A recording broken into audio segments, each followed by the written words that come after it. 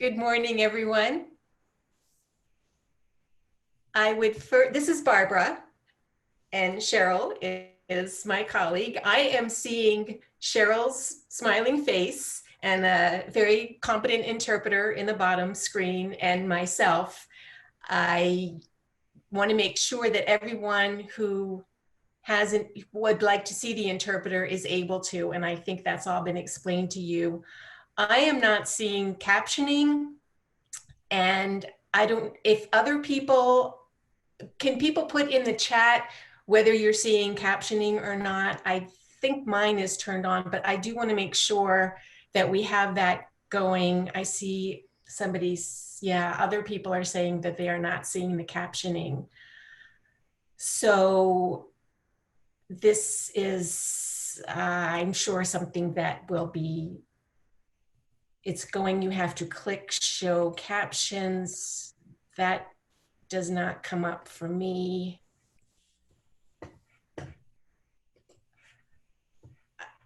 Yeah, I'm still not seeing it. I'm not sure what to do, because if people are relying on captions and they're not getting them, they're not knowing what I'm saying right now. Maybe one of the hosts can jump in and respond.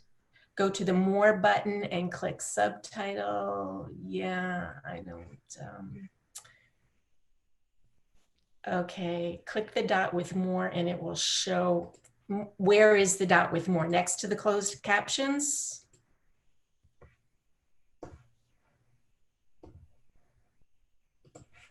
Down. Okay, I don't see a more. Normally when I've used closed captions, I just click on closed captions and it says show the captions or something like that, and it comes right up. Hi, Barbara, it's Christy again. I know it says Carol. But if you go up and you go onto Skylar's picture and it says mute and it has the 3 buttons, do you see those? I don't see Skylar's picture. Where would I find that? Well, or it's down at the bottom, they said. Let's see. Should be a closed caption option down below, but there's not on Dix. Okay. There should be closed caption at the bottom. Okay, so what I see is closed caption, and I click on that, it says view full transcript, and then it says subtitle settings, but I don't have a way of seeing the captions coming across the screen as a speaker is speaking. The only reason I'm going on about this is because it's happening to me. I'm thinking that it may be happening to someone else, and I just want to make sure that everyone has access, because if I'm speaking, I don't need the captioning. Yeah, no, we completely understand. Yeah. But somebody, so Skylar's saying the dots are more. I'll just add, this is Cheryl. I have the same issue. I don't see anything about even accessing captions under the 3 dots. Okay, I am so sorry. We'll keep working on this. Give us a couple minutes. Okay.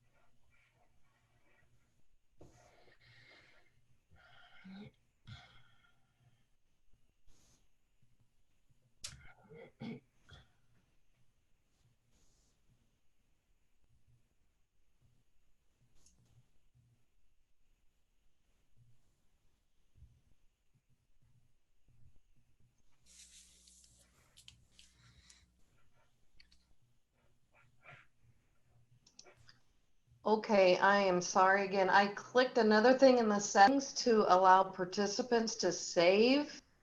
Did that change anything for anyone?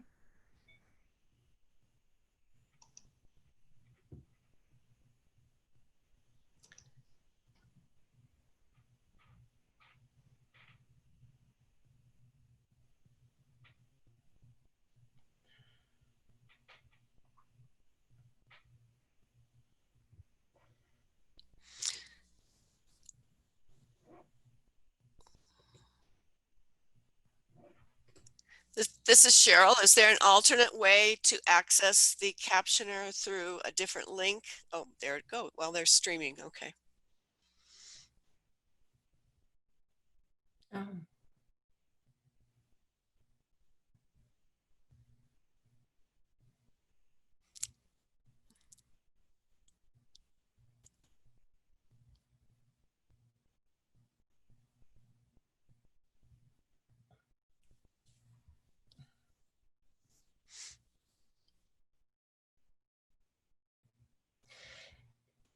This is Barbara. I guess now that we see the message from Skylar about the stream text, could somebody go on and confirm that the stream text captions are working and are accessible?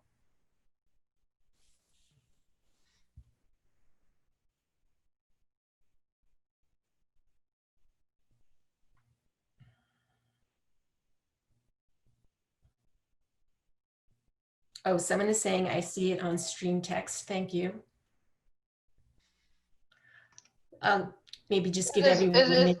This is Chrissy. It is working. So Okay.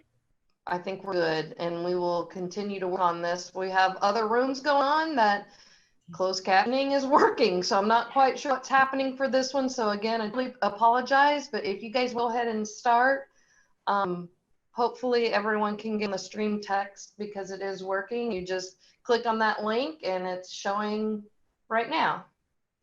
Good. Okay, good. I see a couple people confirm that it's working. Great. Thank you everyone for being patient with this. So, oh, isn't this fun?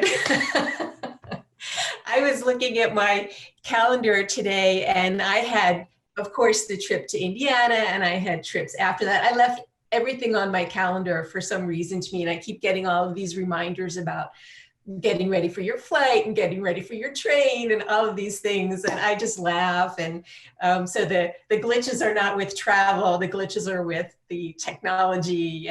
But we're all picking it up as we go. And I think most of us, I don't know if I can include myself, but most of us are getting a little bit better as we go, and we're learning a lot more. So it's been different, but you know, it's been positive too. We're really fortunate to have this really great technology and to be able to have this really great conference. So to get started, I am Barbara Raimondo. I'm one of the presenters this morning with Cheryl. And just to give you a little bit of information about myself, who is this person? I have been active in advocacy for deaf and hard of hearing students for a lot of years. I got involved when I found out my daughter was deaf when she was very young. And I just, I was in law school at the time, and I started reading about deaf education and the different challenges that exist in the field, and the fact that deaf students don't have the same kinds of outcomes as hearing students. And I was pretty shocked by that because I thought, well, why would that be? You know, and I started to see that there are systematic reasons why that happens. So I was very interested in doing advocacy, and I've been at this pretty long, and I kind of wish I could say that we've seen more progress over these years, but you know, everybody gets up in the morning and, you know, rolls up their sleeves and does the best they can to serve our kids better. And there are a lot of progress that has been made. So I've worked for the National Association of the Deaf, Conference of Educational Administrators of Schools and Programs for the Deaf, the American Society for Deaf Children, and a few other organizations. I'm based in the DC area, and I do a lot of work at the federal level. So that's just a little bit about me. And Cheryl is my co-presenter and will be presenting. I have most of the talking on this section. Cheryl will have most of the talking on part 2, which is after this. But Cheryl, how about if you tell us about yourself? Okay, well, I could sort of ditto a lot of what Barbara said. My entry into deaf education started as a parent as well. My daughter had a late diagnosis, so I went through the whole issue of no, she's autistic or, you know, cognitive problems. And in the end, it turned out she was a child from the rubella epidemic. And I think as parents, we have a sort of a special little window for advocacy because it is important for us that, and all children, that they have the very best opportunity in education possible, and there's no reason why they shouldn't. And we just need to continue to push the envelope on that because we believe firmly that the expectation should not be any different. In fact, sometimes I get concerned. I'm not going to go down this path, but I get bothered by special education because I don't think our kids are disabled. And so it's hard for me to have to always deal with the disability first when many of our children function quite well and don't look at themselves as disabled, that's for sure. But anyway, my path has been mostly in education. I started off in communication disorders after I found out about her disability, her hearing loss, and moved into educational audiology and then into deaf education and into administration, and eventually was at the Colorado Department of Education for a number of years as the state consultants for deaf education and oversaw educational interpreting standards as well. And so we did a lot of great work in Colorado. It was the right place at the right time with the right people on the bus, and was a very fortunate time to be with the Department of Education and the collaboration across all of our agencies. Since that time, I have continued teaching at higher education level. Currently, I'm at the University of Arizona, where I teach in the deaf education online master's degree program. And do a lot of state level work around state systems because I think we have to get departments of education at that level to really understand how critical the access and language needs are for deaf and hard of hearing children. And so much of what I run into is just lack of awareness when we're talking with our administrators and school districts. And we'll talk a little bit about that this morning. I'm sure we all share some similar experiences, frustrations, challenges, and hopefully some successes too. Thank you. Okay, so now I'm going to share my screen.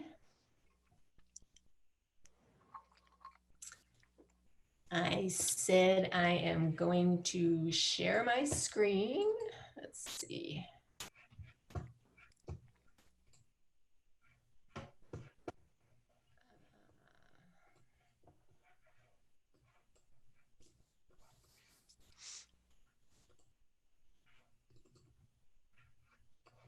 Okay.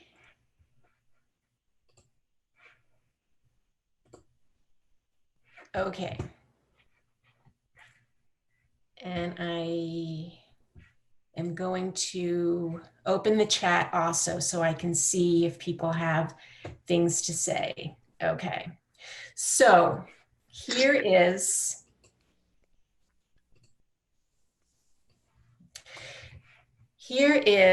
the lovely graphic that we have that goes along with the Optimizing Outcomes book. This was created by a deaf student at Gallaudet and very colorful. And for me, one of the things that I like best about it is the eye gaze between the student and the teacher. I just feel like there's a real sense of connection there. And I think that's something that we know is so important in the relationship between the teachers and the students, that they're able to develop that relationship and appreciate each other and know each other on kind of a deep level. We know that that really makes a difference in teaching. And I'll just let you come up with your own interpretation of this picture and what speaks to you about it and what you find interesting or noticeable about it. That's what I'm thinking.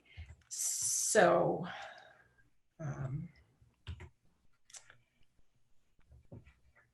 trying to forward. Okay. I'm trying to, oh, I see at the, things are kind of covered up. And I'm trying to, oh, okay, somehow I forwarded it. Okay, well, we did the introductions with Cheryl and me, so that part is done. Next, no, oh, wait a second. All right.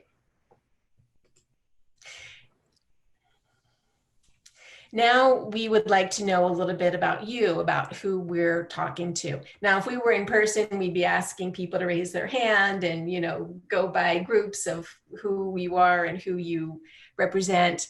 But right now, what we would like to do is have people go into the chat and have put in your name and your role in your school district and answer this question. What is your state or district or program's biggest challenge in deaf education? So we'll just take a minute for you to do that.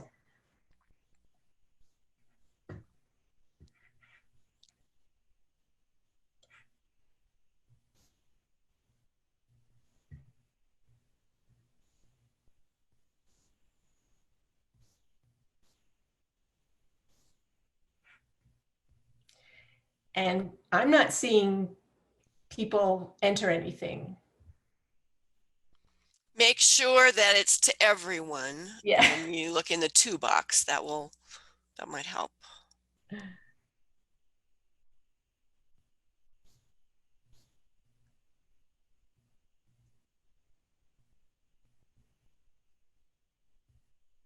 We have 37 participants in the room, and I know we have, some of these are interpreters. Okay, now we've got people coming along. Angie, the SPEC, I don't know what that is, but reading skills gaps is a big one.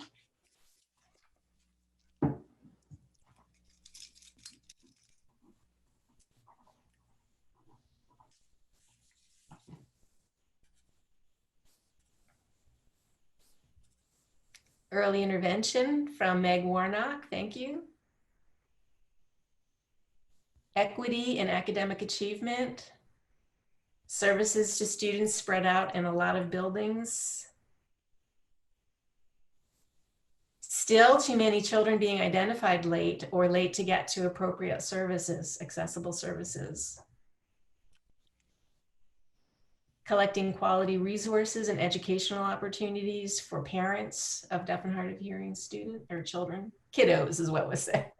I was editing.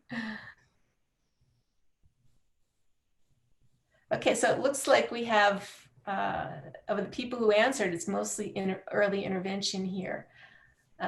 More late identification, 1 teacher of the deaf, 19 schools. ASL not being used.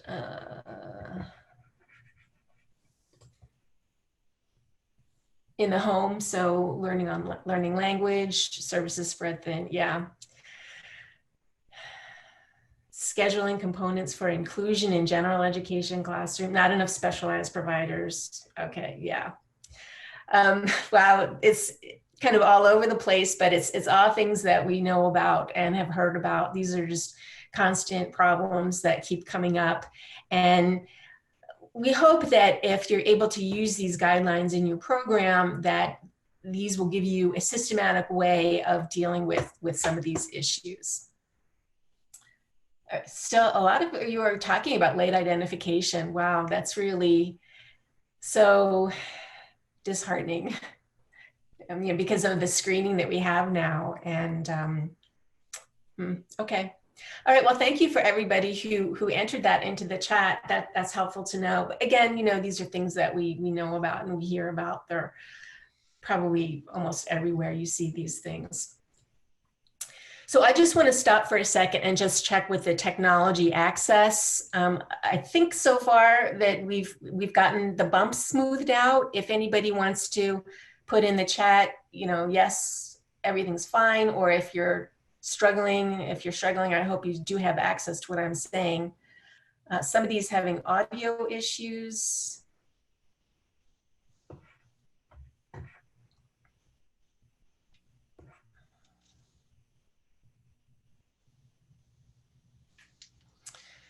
And just one more while we're waiting for that, somebody was also just posting about involving the staff and expertise of the school for the deaf in the early years, regardless of the child's use of spoken language in the home with the parent.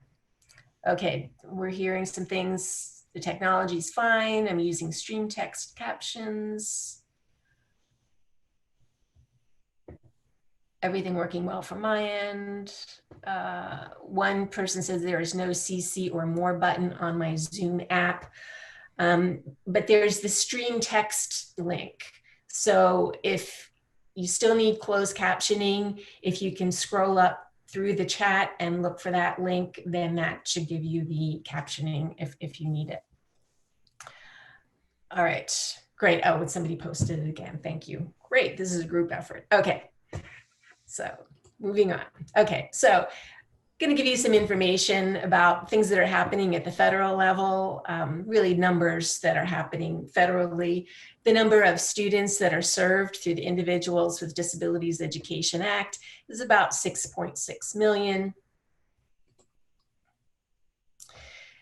The number of deaf and hard of hearing students who are served through IDEA is about 76,000. And that's about 1% of IDEA served children. Now, if you extend this beyond to general education, if deaf children are 1 out of 100 under IDEA, there's something like 1 in 1,000 in the school districts. So of course, in the general education level, that 1 in 1,000 student, easy to overlook. We know that. But even in special education, 1 in 100, easy to overlook. A lot of our special educators don't have the knowledge and the background needed to serve these students. So more than anyone, it's we who are in the field of deaf ed really have to step up, and you service providers, of course, have to do your job of, SLP or teacher of the deaf or whatever you are.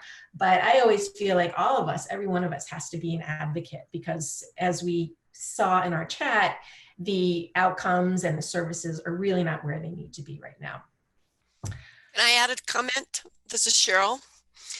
One of the things that we're seeing, and I've not tracked these numbers from year to year at the federal level, but in some states, there have been a pretty dramatic reduction in the number of deaf and hard of hearing students served under IDEA, and a assumingly large increase in 504 students. So they're shifting these kids to 504, even at the, starting at preschool when they transition from Part C. So I think it's something that we really need to track, because I assume we all worry about our kids on 504 plans and how well they're actually having their access accommodations and who's monitoring their performance to make sure they're not falling through the cracks as they go through the education program. So I guess I would just say at the state level, it might be a good idea to take a look at your numbers. They're all reported to OSEP every year, and just see if there has been a change in the number of children served under IDEA that are deaf and hard of hearing within Indiana.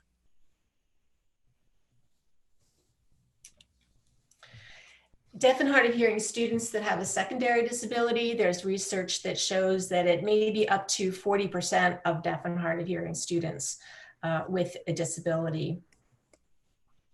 And something else that happens with this is, it's not just a learning impact, but it's also a tracking impact. Like Cheryl was just talking about the data and the numbers, that if a child is identified with a disability, say maybe autism, and they're deaf, they may be recorded in the IDEA system as a student with autism, and the deaf piece may not really show up in the statistics.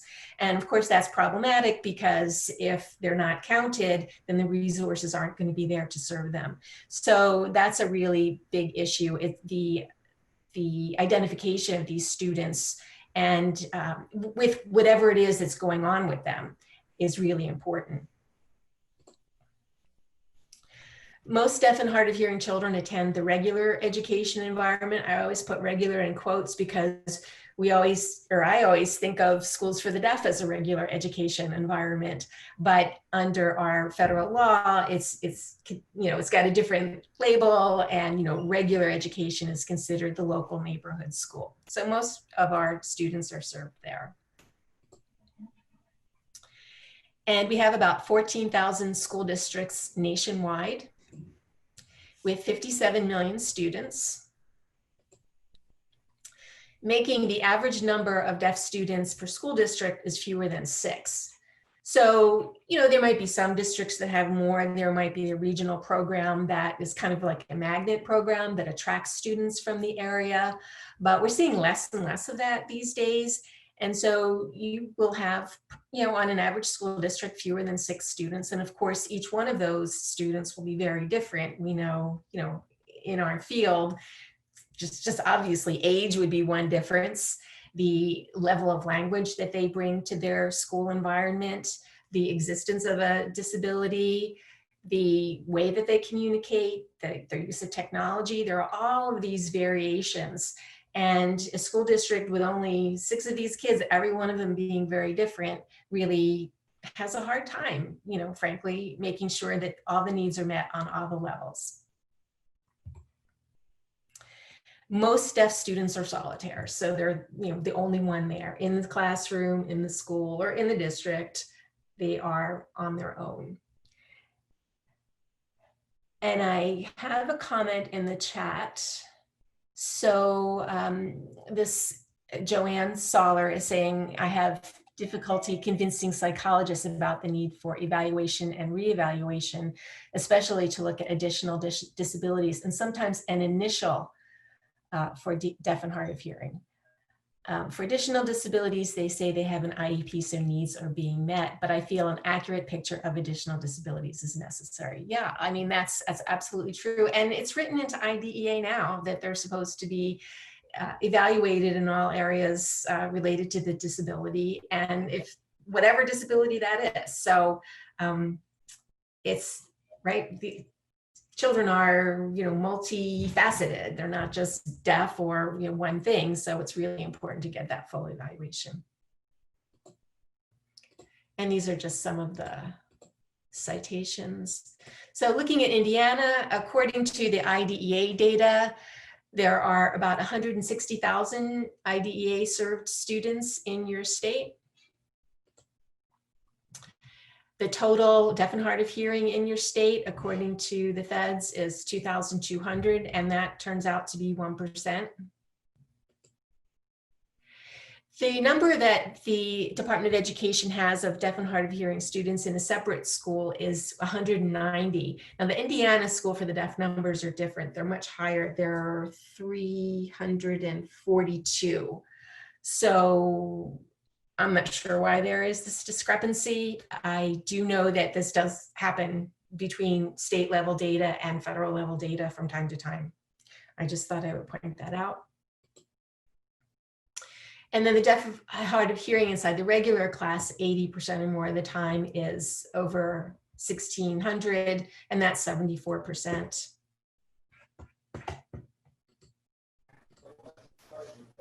Okay.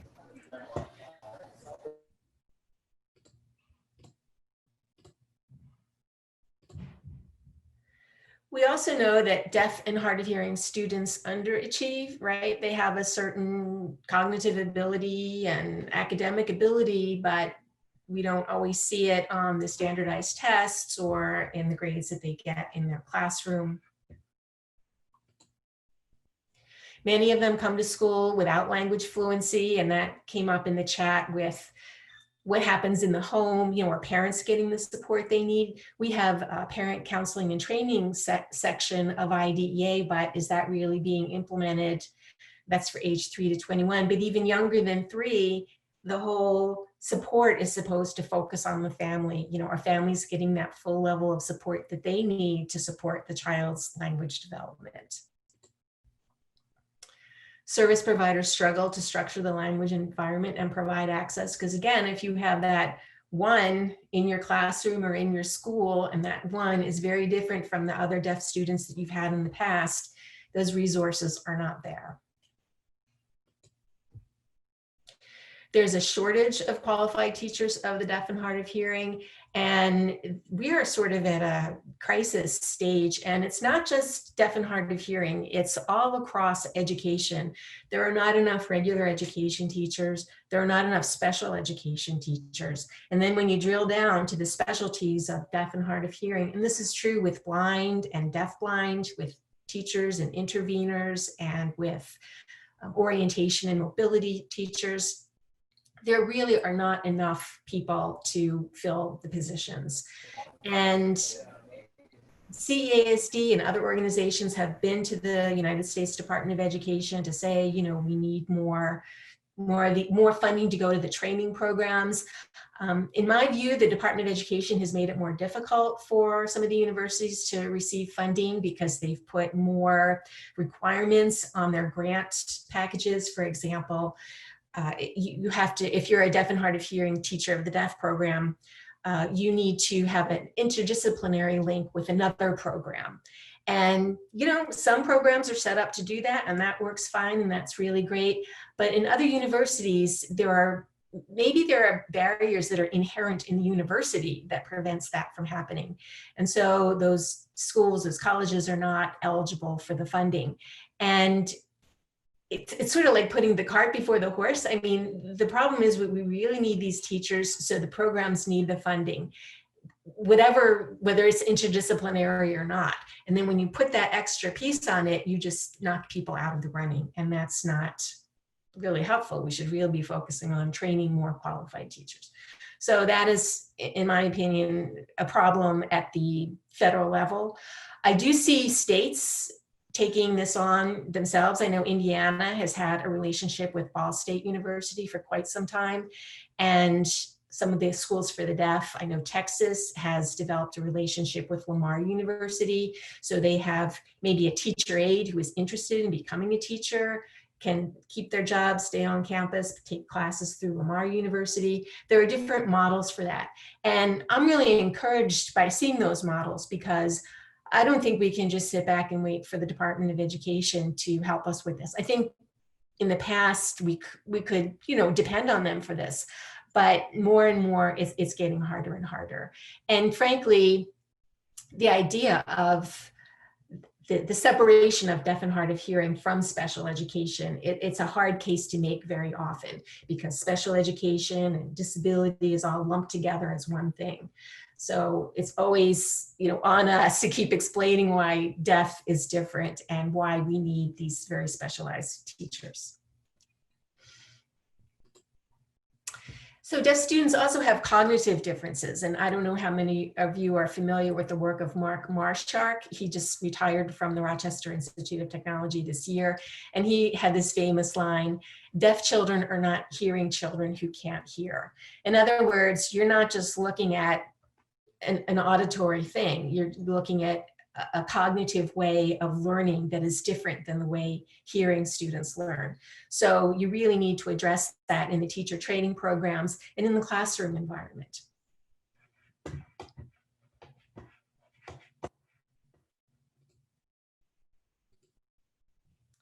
Now, you do have some really great resources in Indiana. You're a Center for Deaf and Hard of Hearing Education. And I hope all of you are very familiar with this. This is a really nice document that spells out everything that they do. And you also have a communication plan. In IDEA, there is a section called Special Factors. And for children who are blind, it requires Braille. For children who are deaf and hard of hearing, it requires consideration of the child's language and communication needs. And it's great when it's in the law. Everybody is like, oh yeah, I know what that says and what that means. When you have a tool like this, you're really able to implement it in a way that's really meaningful for the child. So your form really walks through the different requirements of the law and what's happening with that individual child, and what does the IEP team need to put into place to make sure that that child is getting their language and communication needs met. So, you know, hats off to Indiana for having this really great tool.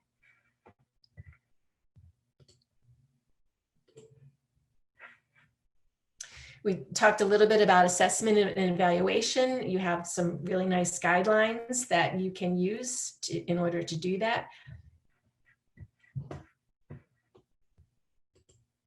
Now you have your new language assessment law, IDEAL, which I love the name, but you've really outdone yourselves, because this is language evaluation for children up to age 10, which is, I think, like the oldest age of any of these language assessment laws that I've seen. I think a lot of them look at age 6 or age 8. And I think if you can really show that a child at age 10 is on track and has the language level that is expected and is commensurate with their cognitive ability, and you can document that, that child is in a really good position for the rest of their education. So congratulations to everybody who worked on this and got this really great law passed. And you can see there these timelines in here. I'm sure you know more about this than I do. And so congratulations, it's a great law, and it's great to see you using that.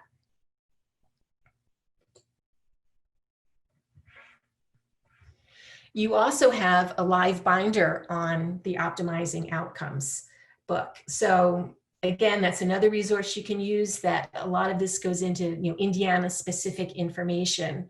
The Optimizing Outcomes book is, more at the higher level, but you can also tie pieces of the guidelines to your own state laws and policies. And that's really great, because most people and most states really work within the state, and they look at their own state structure. The book is really good, but everybody in the state has to follow what their laws are and what their governor is telling them to do as well. So that's really important to be able to see those links. So that's another really great resource.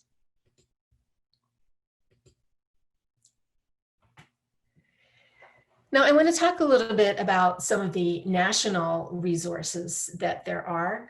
I'm going to start with the Cogswell-Macy Act. This is a bill that's been introduced in 3 or 4 Congresses, and each Congress at the federal level lasts for 2 years. So it's been around 6 or 8 years. And each time it's gotten more attention, more co-sponsors. It's been quite a long process, but a progressive process. There has been steps that have been made. So the Cogswell-Macy Act would amend the Individuals with Disabilities Education Act to better serve deaf, blind, and deafblind students.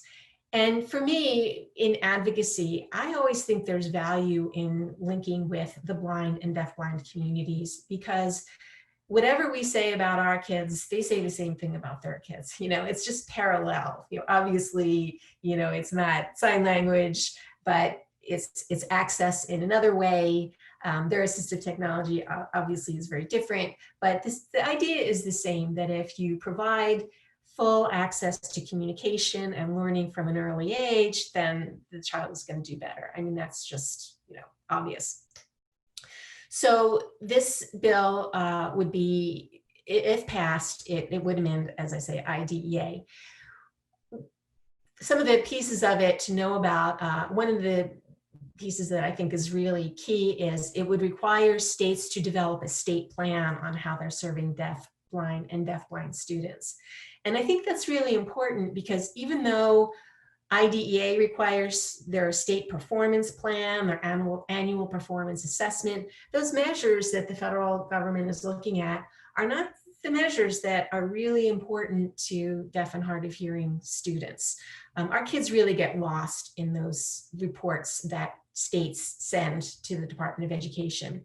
So this would say to them, you have deaf students in your state. Well, find out how many there are, get an accurate count, find out where the professionals are who serve these students, where are the programs, what did the parents think of the programs, get all this information together and figure out how can you improve this program? How can you make sure that your deaf and hard of hearing students are getting everything that they need?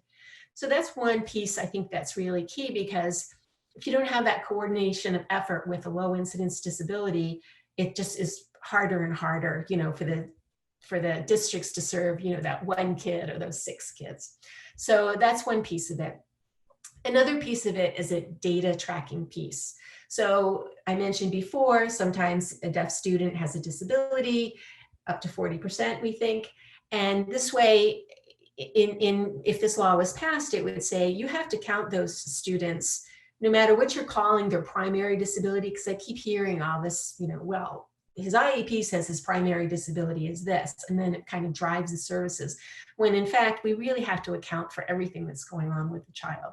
So it would count those children, no matter if they had a disability or not. So that's another piece of it. It would also require the Federal Department of Education to monitor outcomes for deaf, blind, and deafblind students. Because right now, if you go to the United States Department of Education and say, how are deaf students doing on annual assessments? They don't know.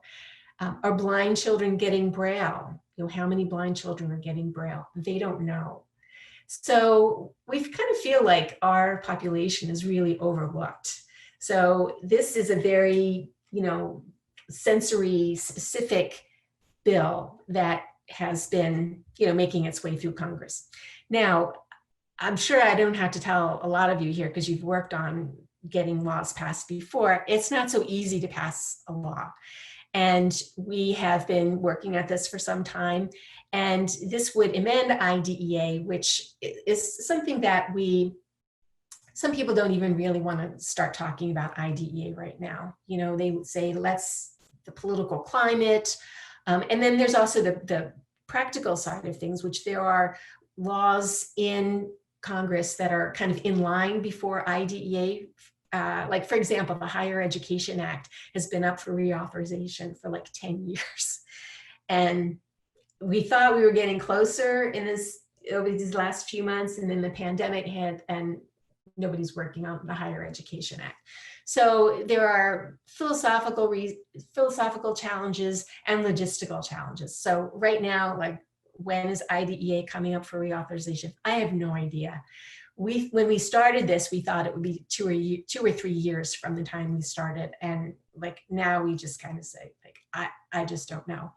But this bill does serve a purpose in that it lays out what's important for deaf, blind, and deafblind students.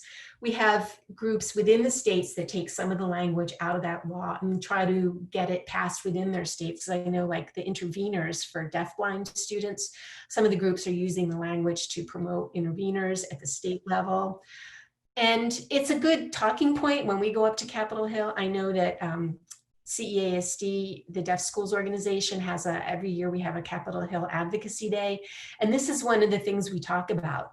And it is a good conversation to have about, well, what does the state offer deaf, blind, and deafblind students? And it really is a good way to educate congressional staff. So that's a little bit about that. I don't know if you've seen it. Your Senator, Mike Braun, just came on as a co-sponsor. So I thank everybody in Indiana who encouraged him to do that. That was very exciting. It took quite a while to get the Senate to come on to it. It wasn't so hard in the House, but it was really getting the first Senate Republican, which was Senator Capito of West Virginia. And then after that, Mike Braun is the second Republican co-sponsor, and we have 2 Democratic co-sponsors as well. So that's pretty exciting. I mean, for tiny little groups to have federal legislation moving forward is pretty exciting, I think. Another national issue is EHDI, early hearing detection and intervention. I know a lot of you work in that field. We've seen a lot of progress with that over time, not nearly as much as we would like to see, I think, just especially like seeing in the chats that children are still being identified late. I mean, this is really key. I have conversations with people sometimes at the post-secondary transition level, kids who are graduating from high school and going on either to college or career. And the question comes up, well, like, what's the best thing to facilitate a good transition? And I always think, well, the best thing to facilitate a good transition is early detection and good intervention, when they're a baby. Of course, we can't go backwards, but we can just keep working to improve those systems. LEAD K, which is the language milestone laws. They're different names. Some states use the term lead K, other states do not. But the idea of measuring language milestones is fantastic. That's like one of the key things that we need to be looking at. So that's a really good effort. And then our deaf education guidelines, which is what we're here to talk about today. Systems advocacy can go bottom up and top down. So the bottom up is providers, people like you and parents trying to make sure that the legislatures know what's going on and what the best services are and making sure that those are available. The top down, these are the people who make the decisions and allocate the money. And so that's a really important piece. And they kind of both work together. So on to the book, the Purple Book. This is the 3rd edition of these guidelines. They were out in 96, I think it was, in 2004. And this is the updated version, which came out in 2018. And I'm going to show you, this is who was on the writing team for it. Cheryl and I were the co-editors, co-facilitators. And you can see that it's a broad range of individuals and organizations, the listening and spoken language schools, School for the Deaf, state departments of education, National Association of State Directors of Special Education. One of their individuals was on the writing team. So it was designed to be very cross-sectional so that we would make sure that we would hit what's important to the entire range of students that are served.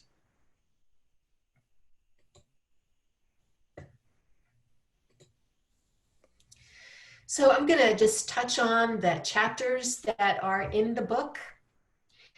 So the first one is essential principles. And this is the one that if somebody comes to you and says, I don't have time to read that whole book, but point me to the summary or a section that I should read. This is the part that if you know about these essential principles, those are the key elements of deaf and hard of hearing education, from this book. And in fact, when later we get to the checklist, the evaluation tool for programs, they're based on these essential principles. The second chapter is federal laws and policies. So there's a lot on IDEA. We talk about the Americans with Disabilities Act, Section 504. In the appendix, we actually have something on service animals because when we were doing this at the time, there was new guidance from the Department of Justice on service animals. And I know that comes up with schools sometimes.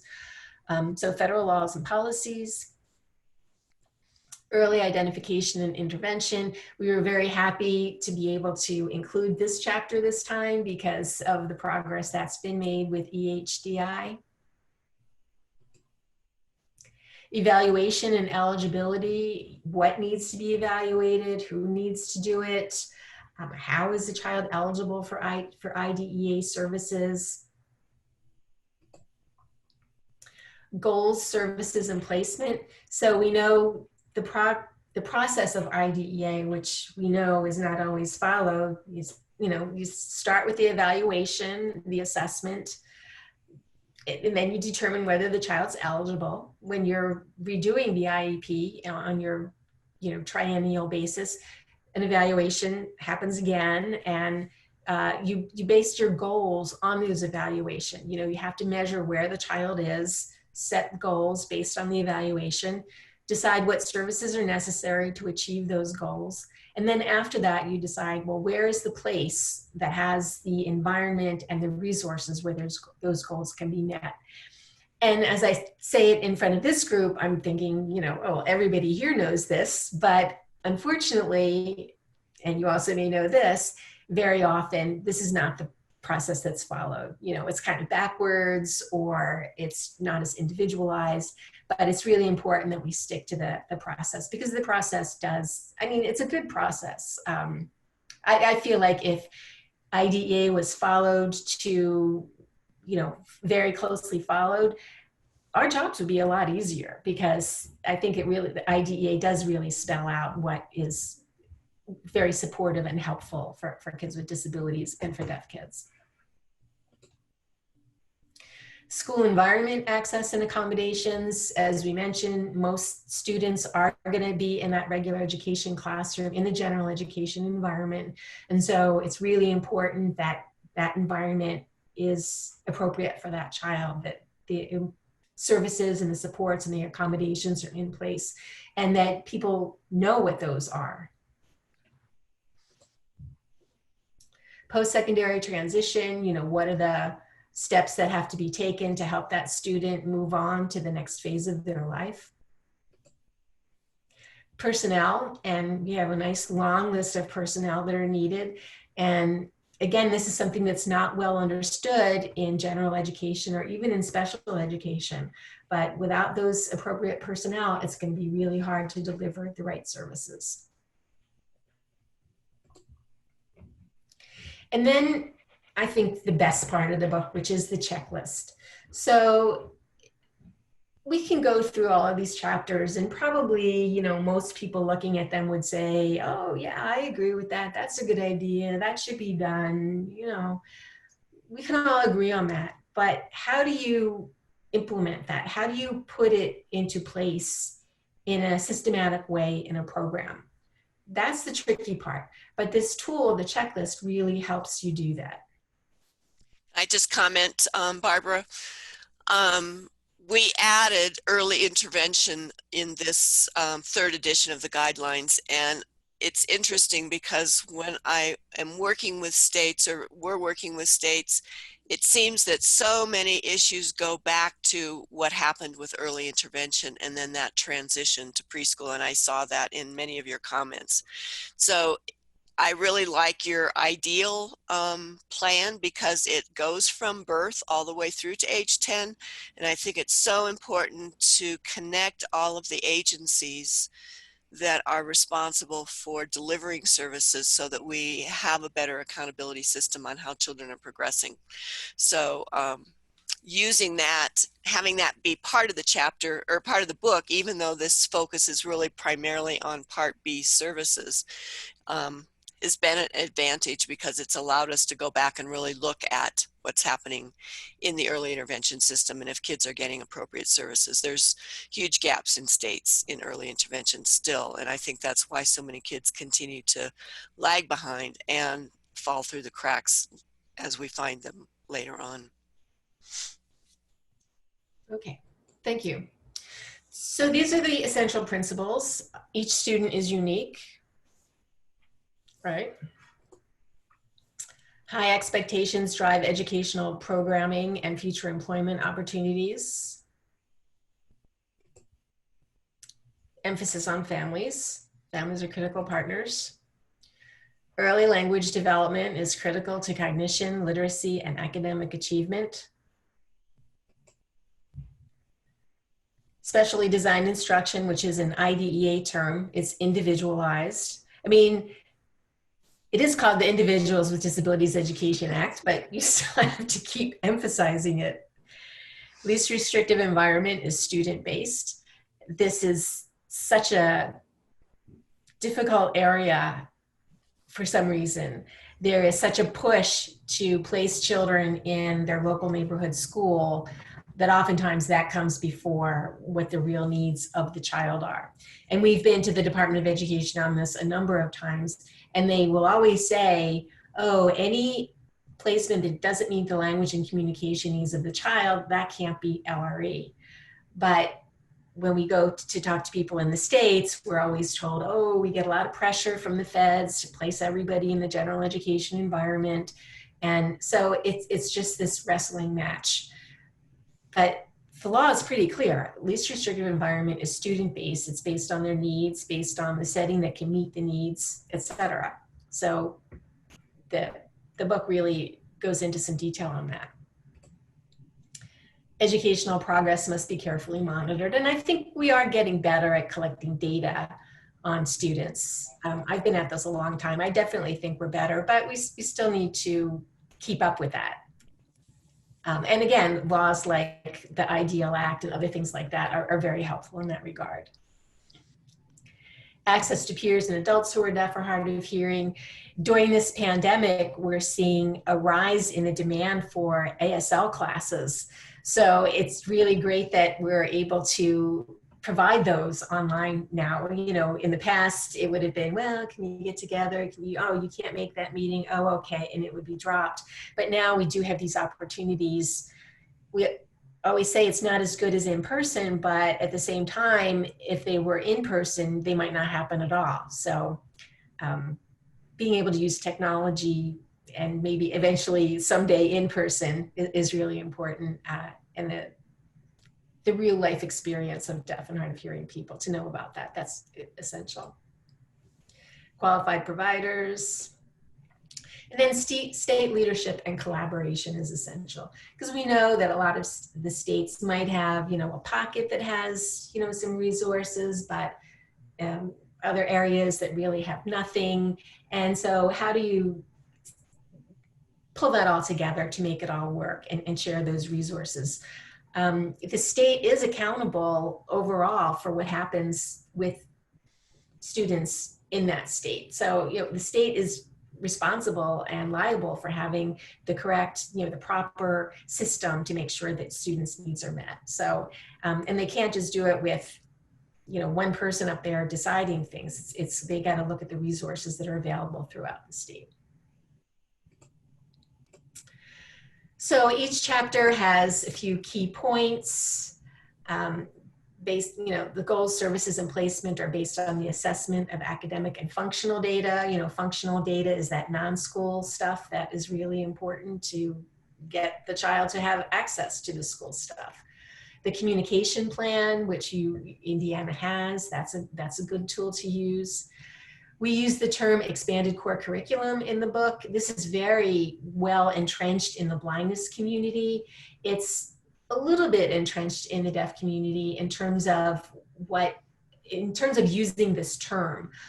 Everybody knows that deaf students need to know how to use assistive listening, you know, if that's what they use, or an interpreter if that's what they use, how to advocate for themselves, what the how to advocate for themselves, how to be those extra skills that are sort of surround the academic ability and academic achievement. So, and some states have adopted this term and have a whole series of, you know, an outline of it, like Iowa has this, Georgia has it. So that's an important thing to keep in mind for goal, services, and placement. Placement must meet language and communication needs. High achievement again. And then the school environment, access, and accommodations. And Cheryl's going to talk about this area. Oh, so I've got the screen. So you let me know when I should go ahead. We'll go forward. So we know how critical the environment is, and I think I wanted to highlight this chapter because right now with online learning, it's really had us relook now not just the school environment, but also the home environment where that child is accessing their online education. And how do we ensure, again, full access being essential and that the accommodations are being provided. And I think what we're learning is that sometimes the accommodations are actually different in the homeschool, or in the homeschool learning environment. And depending on how the content is delivered, we're seeing in some instances that it's much more literacy heavy, and students who may not have used as much ASL interpretation in the past are getting bogged down in the reading and are benefiting from having an ASL interpreter to help them understand the reading that they're going through. Kids might need assistive listening systems in the home, and the schools may or may not be allowing those to go home, even though federal law requires that if it's going to help the child meet their goals on their IEP, the assistive listening systems should go home. Go ahead, Barbara, and you can go through the whole the list of things that are there. So this chapter goes into a lot about the whole access and accommodation section. And I wanted to take the opportunity to look more carefully and share a tool, because again, with online learning, I think that it's going to be a tool that you might find beneficial. So looking at the next slide, I don't know where Indiana is in terms of universal design for learning, but it is something that is used in many states. And I think there's a lot of talk about universal design for learning, but I'm not sure if people are really implementing what it means or even understanding what it means. I have looked at this and highlighted a few areas that I think are particularly critical for deaf and hard of hearing students within these three areas of engagement, representation, action, and expression. So the whole purpose around universal design for learning is that we have the flexibility to meet students where they learn, rather than us imposing how we think they should access their education and how they actually process and learn information. This is a great chart, and there's great resources on the cast.org website. I encourage you to go and look at that website for more of these resources, particularly if you're in a school district that's considering use of UDL. We could go ahead and look at the next slide. I wanted to share with you something else out of this chapter called SET, and it stands for the student, the environment, the tasks, and the tools. And it's a framework to really analyze what the students' needs are, the environment that they're in, the tasks that are being required, and the tools that may be needed then to support them in that environment. And again, I think with this move to so many of our children in online programs and learning from home, the environment has changed. So we, in this example, and it's laid out more in the ongoing slides, I'm not sure, because we want to have time for discussion, that I'm going to go into the detail, but I want to share this framework. This particular student is described under the student. Now we're looking at an environment that maybe has high noise levels, the lighting may not be good, whether or not the teacher is consistently looking at the student are issues that would be learned from doing an analysis and an observation in the environment. And then looking at the kind of tasks that's required. Is it primarily lecture? Is there a lot of group collaborative discussions? Are they doing independent work assignments? What kind of media is being used? And are they involved in extracurricular activities? Those could be additional tasks that would have different tools to make sure that they're able to access their environment. So with this particular student in this example, there's some goals around what we want to achieve for the student in terms of accessibility. And then that helps decide what kinds of tools would actually be recommended. So there would have to be some assessments to determine, does this child need hearing assistive technology? Would this student benefit from captioning?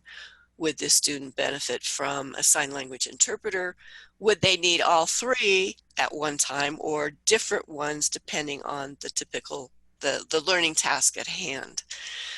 So again, I encourage you to look at this, read about it in the guidelines. The next couple of slides, you can go ahead and forward those, Barbara. This is just the information taken from that chart so that it's more readable for you if you want to go back and look at this in the slides. But I think we have to look at the home environment now, and how we're accommodating students, and how we're supporting parents to make sure students are ready to learn, just like the classroom teacher does when school starts at the beginning of the day, making sure everybody's got their technology and their equipment and are attending. We need to do the same thing to get kids ready to learn at home. And so it's really expanded what we do, because now we also have to support parents around how they get their child prepared. Is there a decent learning environment at home that's free from distractions? Do they have good visual access in that learning environment? So there's lots of things to consider when we look at adding in a home environment situation as well as the classroom environment. So I just wanted to share that tool because I think it has particular importance as we're expanding how we teach children. Oh, thank you, Cheryl. So chapter 8 is personnel. And again, you know, we talked about the specialized expertise, the multidisciplinary team, outside support might be needed. I mean, school districts sometimes don't like to admit that they don't have all the expertise that's needed, but like, that's okay. You know, there are other people who know how to do this and they should be asking for that. Some of the roles, and we made this whole long list, which I'll let you read.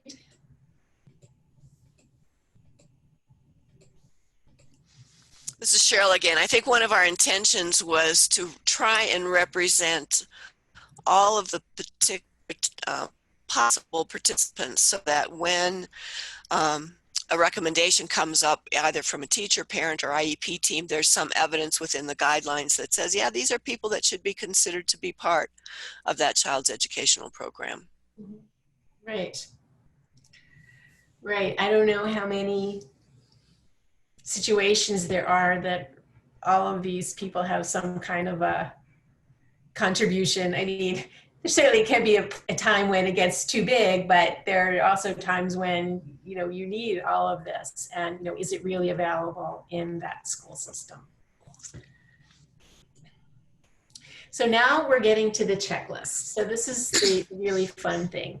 So this is the recommended practices that are addressed all through the book. It's a synthesis of that based on the essential principles, which are those first 10 principles out of the first chapter. So you can use this to look at your current practices, evaluate them, stimulate conversation. There's a lot to talk about in this book. And guide improvements. And guide improvements is probably the best part of it. And it can be adapted. It can be used at the classroom level, at the school level, at the district level, at the state level. So how you will use it is you'll want to identify a review team, people who know the school system. Could be general education, special education, deaf education. If parents are available to be on that team, teachers of the deaf, people who are able to answer questions about the program. Read the guidelines, of course, and I hope a lot of you have gotten your own copy, and I hope that you've had a chance to look at them. And then you go through and review the practices and provide the evidence to support your evaluation of the practice. And based on what you find, you develop your next steps. So what does that look like? So here's just a section of the tool. So each of the 10 areas from chapter 1 have a section like this. So I just pulled out this one, least restrictive environment. And it's got a little paragraph. What does that mean? And then it has a few questions based on LRE. So for example, this first question here, are decision makers aware of the unique language, communication, academic, and social needs of students who are deaf or hard of hearing? So your review team gets together and has a discussion like, well, are they? You know, probably not 100% yes, probably not 100% no. But you sort of like weigh the different characteristics and the different reactions, you know, the different levels of knowledge on this. So, and then you check off whether the program meets this practice, you know, does it meet this expectation, or is there a gap in this practice? And then you document it. You say, well, if we meet the practice, here's how the program meets the practice. Here's what we have in place. Here's how it's working. If there's a gap, you put those gaps in this box also. And you can fill this out online. There's a printed version and there's an online version. It's a fillable PDF. So it's very easy to use. And then,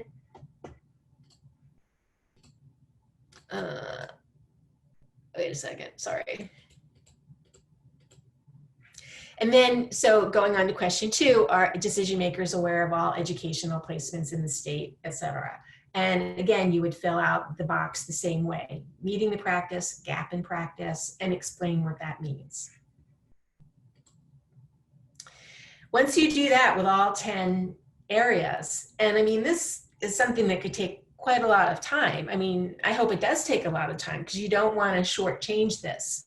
You want to come in fresh and look at these different pieces with people who know the program and can have a good discussion about it and can agree on, you know, do we meet the practice? Do we not meet the practice? You know, maybe it's a little bit of both, and can document all that and have something tangible to show that you've discussed it and what your conclusions are that you've drawn. So then you go to the steps for improvement. So you'll see this for each of these 10 items. The first one, considering the needs of the student.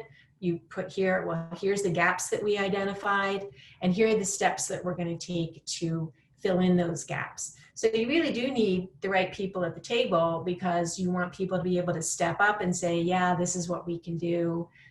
You know, here's how we can work together. So these are the concrete things that you're going to do to improve the program. So you would go through each of those 10 considerations and develop this plan of steps for improvement. Just another example, like the least restrictive environment one, I just put this in to keep it consistent. If you identified gaps, then you put what the steps are here.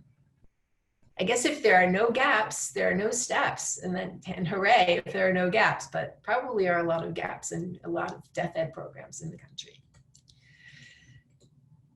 So you can do this, as I say, at the state and local level. You review the gaps, you develop your work plan. Another thing that you could do if you weren't ready to do that right now, you could set up a community of practice. You could use the guidelines as a basis for that. Some of the states have talked about adopting these guidelines. I know Indiana has informally adopted them. I don't think there's like a formal statement. Statewide training, some states have talked about doing some training. Some states have. With the pandemic, there's a few things that are on hold, but they definitely can be used for training. Right, so in Indiana, you have this joint training with the Department of Education at the ICASE conference. I love the way things show up and disappear. Okay, there it is again, okay. And your Office of Special Education in your Department of Education has said that they support the guidelines. That's good. I mean, part of it is just getting the attention of people who are decision makers, because there are so many things that come across their desk that, you know, getting them to really be involved and actively support this is really important. And your Office of Special Education has shared the guidelines. New Hampshire has a project, Cheryl Johnson. Cheryl, you've been working on that. Do you want to talk about that project? I'll just say a few things since our time is getting a little short, but New Hampshire decided to do a statewide project around the guidelines and actually put out an RFP. I'm working with a team with that state over 2 years to work on implementation. And I think that the challenge is, you know, we go in on a grant and help formulate training and standards of practice, those kinds of things, but where's the sustainability? And so one of the nice things about this grant also is a recommendation for sustainability through an agency or through the Department of Education, so that it lives on and continues to support local school districts. Thanks for that. Kansas is a state that had a whole big training set up, but that's on hold because of the pandemic. We would love to see more states involved. What I find though too, sometimes I'll just like accidentally stumble upon something from a state that they're actually doing something with these guidelines. So that's heartening. That's nice to know. There are some resources you can use. The Clare Center has a video.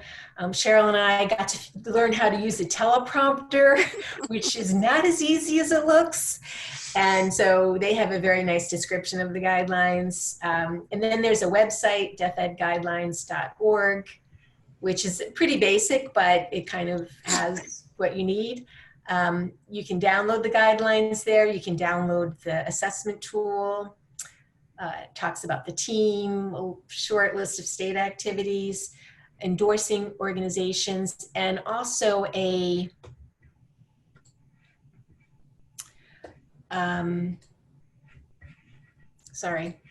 I'm not able to see everything on my screen. We also have a way for people to, we're trying to start a listserv, like a community of practice around this. So there's a way you can sign up for that from the website. Here are some endorsements from some national organizations. This is the Options School.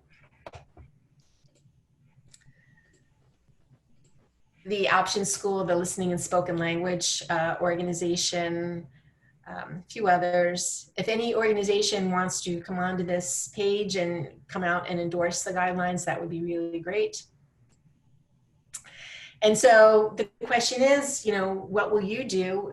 We have just we have, I guess, about 8 minutes left to talk about the maybe things that comments that you have or ideas that you have.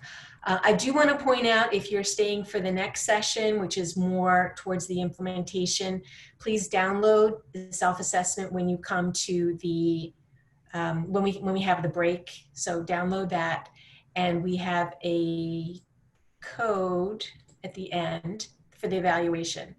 So at this point, I think we should stop and see if there are questions. I guess the best place to do would be to have them put them in the chat. If people want to come on with their video, maybe say that in the chat, and then we can ask you to turn on your video if that makes it easier. Sometimes it's easier to just ask the question live rather than try to just spell it out. So I guess the last question that we had from here is, you know, what will you do? I mean, if people have ideas of how they're going to use this, any way that you have used this that was, I hope, helpful, or anything that the rest of us should know about. What's the ending session code? I think this. Yeah, I'm here. Sorry. You guys caught me all off guard. Okay. The ending meeting code is resources. And that code right there is to make sure that you do your evaluation, or it's also on your SCED app, or found in your SCED. Sorry about that. So are you guys completely finished, or is there anything else that you need to talk about? So this is Barbara. I would just like to know, do people have, you know, questions about this, or any comments, anything that would be helpful for others in the group to know? Have you used the guidelines? Have they been helpful? Do you have suggestions for other people about how to use them, you know, if you have used them? So I see a message here. We plan to use the early intervention chapter with our EI Connections monthly meetings with the CDHHE early intervention providers. Thank you. Thank you for that.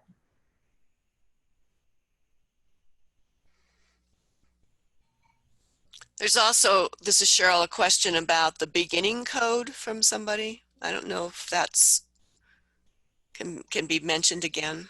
Right. Yes, the beginning code was support, all caps. So the beginning code was support, and the ending code was resources, all caps. Does anybody else have any questions for Cheryl or Barbara?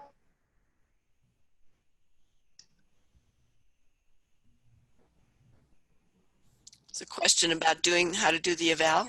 Yes, so that scan code is to the eval, but they also said that the evaluation would be available in SCED. Resources with plural was another question.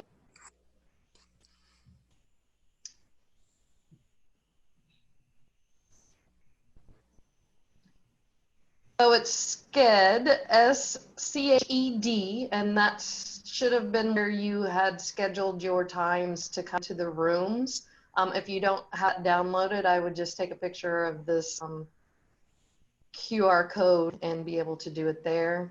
If not, you could probably email Robin or someone to get that evaluation to be able to fill that out, because you have to fill that out so you get your professional growth points, as well as being added to the drawing for the prizes at the end of the conference. So you definitely want to do your evaluation.